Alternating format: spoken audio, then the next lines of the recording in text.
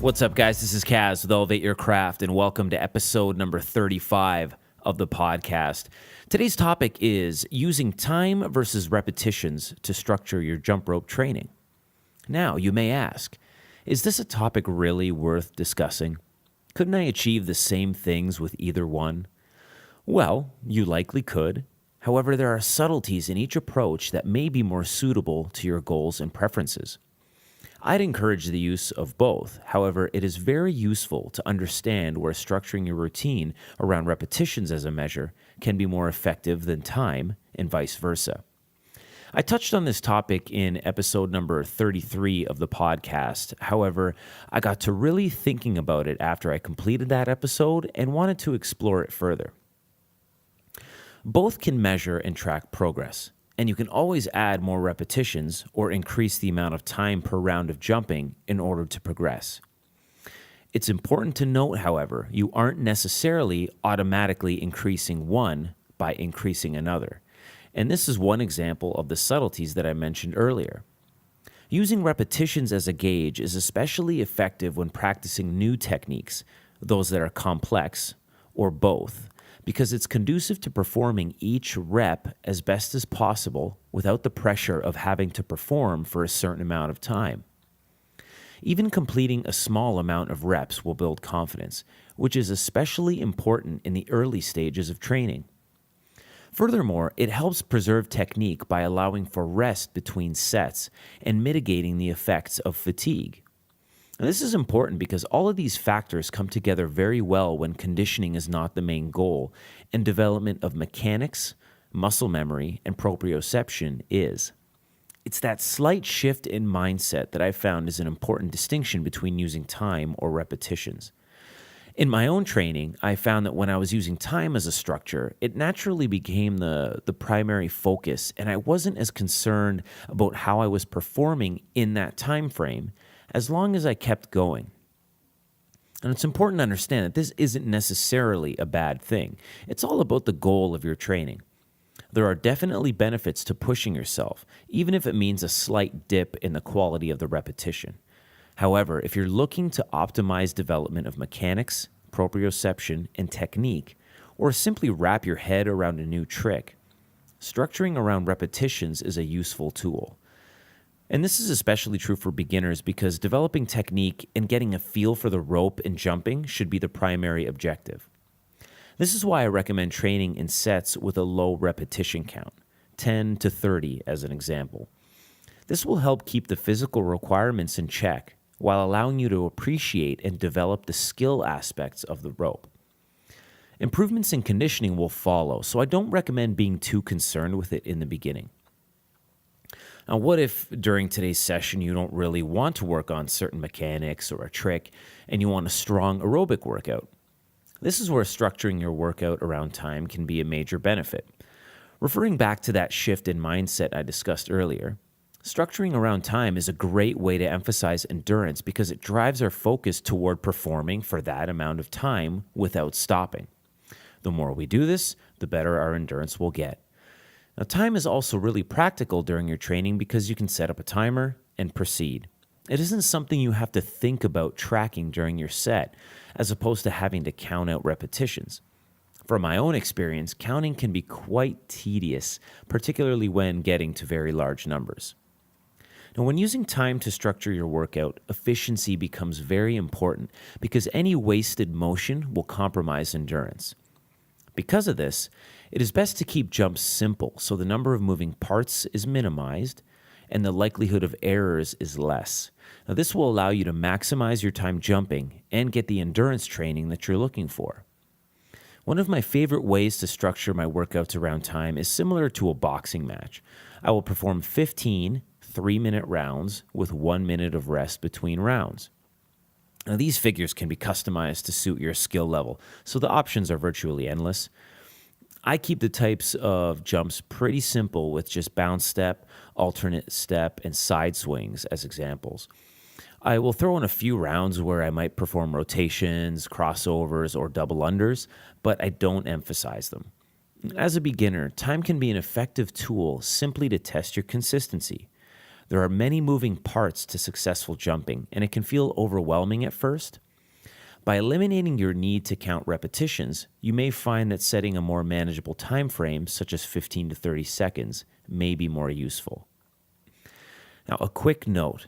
Jump rope is a skill with a reasonably steep learning curve. It is important to consider this if you are a beginner and are looking to incorporate jump rope into your training, because it is unlikely that you will be able to get a great workout right away. And this is because there are skill aspects like balance, timing, coordination, proprioception, and many more that come into play. This is why I recommend using repetitions if you are a beginner. It is wise to go in knowing this so you not only set realistic goals, but also structure your workouts in a smarter, more manageable way. Now, this is especially true for those beginners whose primary interest is endurance. Consistency is a crucial aspect of this type of training, and in order to achieve this, a baseline skill has to be developed. It will take some practice to develop consistency, so you have to put in the time, but the rewards are worth it. In essence, the skill aspect of rope is something you have to want and be willing to dedicate time to developing, at least to the minimum that will allow you to achieve your goals. With that in mind, don't be too hard on yourself early, and if you absolutely have to have that intense aerobic workout, reserve time for it using the means you're proficient in. Be sure to practice your rope skills before that intense workout because you don't want fatigue to get in the way of your progress. Now, so far, I've been discussing the use of time and repetitions independently of each other. However, they can also be used to great effect in concert.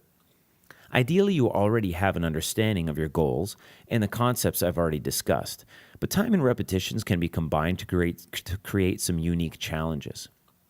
For today's purposes, I want to focus on those around speed. Combining time and repetitions is an effective way of gauging your progress when it comes to overall speed, evident in the fact that it's generally measured in RPS, or rotations per second, or RPM, rotations per minute. I briefly discussed this concept in episode number 13 of the vlog, but it is very useful to understand your average rotations in either RPS or RPM, so you have a baseline for your speed-based training, and you can better gauge improvements. If you remember, I mentioned that my average hovers around 150 RPM, and if I am performing sprint-based training, I will aim for 200 to 220 RPM. Looking at your training from this point of view will allow those that have a baseline skill level and some experience jumping to take their training to the next level because they now have both variables to manipulate. It's important to note, speed-focused training does not always have to get faster. There have been many training sessions where my goal is to slow my RPM as much as possible. This may seem counterintuitive. However, it is an excellent way to test your overall control of the rope, mechanics, and introduce variety into your routines. I wouldn't say I do it as much as sprints. However, it can really throw you for a loop in your training and demonstrate the importance of proper technique. Now, this idea is similar to music, as an example, in that musicians, especially those with less practice, can have a harder time playing at a slower rhythm. They'll have a tendency to want to speed up because this is likely where they have done most, if not all, of their practice.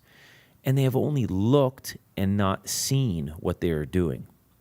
Jumping very slowly forces your training to become highly analytical, which will create tremendous awareness as to how the movements look and feel. This awareness will then give you feedback, and you can make the necessary improvements. Some other ways to use time and repetitions are to set an amount of repetitions to try and achieve in a certain amount of time. You can then decrease the amount of time you allow yourself to make it more difficult. A pretty diabolical challenge is setting a fixed amount of rounds, with each round being the same amount of time. Then, set a minimum amount of repetitions you have to hit in each round. It may start off fairly manageable. However, as time goes on and fatigue sets in, you may find it gets increasingly difficult to reach your minimum reps without burning out. It's examples like this that demonstrate the usefulness of finding your average RPM because you can use it to set goal figures in your challenges. You can have a lot of fun creating the structure for your workouts, so be sure to experiment and see what you enjoy doing. The final concept I want to discuss today is taking note of significant changes in your performance and at what point they occur during your set. Even though you still may be able to push yourself further, pinpointing these moments can help you improve your game overall. For example, when performing 100 consecutive double unders, I notice that my technique begins to break down around the 90th to the 92nd repetition. I'm able to continue on to, say, 115 or 120. However, by taking note of that 90-second rep point, I will have useful data that I can cross-reference in the future to see not only if my overall endurance has improved, but also my endurance while maintaining proper technique. This is an important distinction. Ideally, we want to maximize our endurance while maintaining technique because efficiency is drastically reduced once technique is compromised. This causes more and more wasted energy, which brings about greater fatigue until it can no longer be maintained. Noting significant changes in performance can be done regardless of using time or repetitions as a structure, and can bring tremendous value to understanding your capabilities. Another reason this is useful is because it will help us keep the quality of our jumps in mind. I mentioned it previously. However, if your only focus is on lasting a certain amount of time, you may not be reaching your full potential due to poor technique and mechanics, even if your aerobic capacity is already strong. Simple improvements in efficiency could be all you need to push yourself to the next level. Okay, guys, that's it for this episode. Be sure to follow on Twitter at EYCKAS.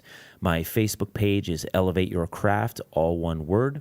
The YouTube channel is also Elevate Your Craft, all one word. And you can check the podcast out on iTunes under Elevate Your Craft, all one word. And the website is www.elevateyourcraft.net. Thanks very much, and that's all for today. I'll catch you guys next time.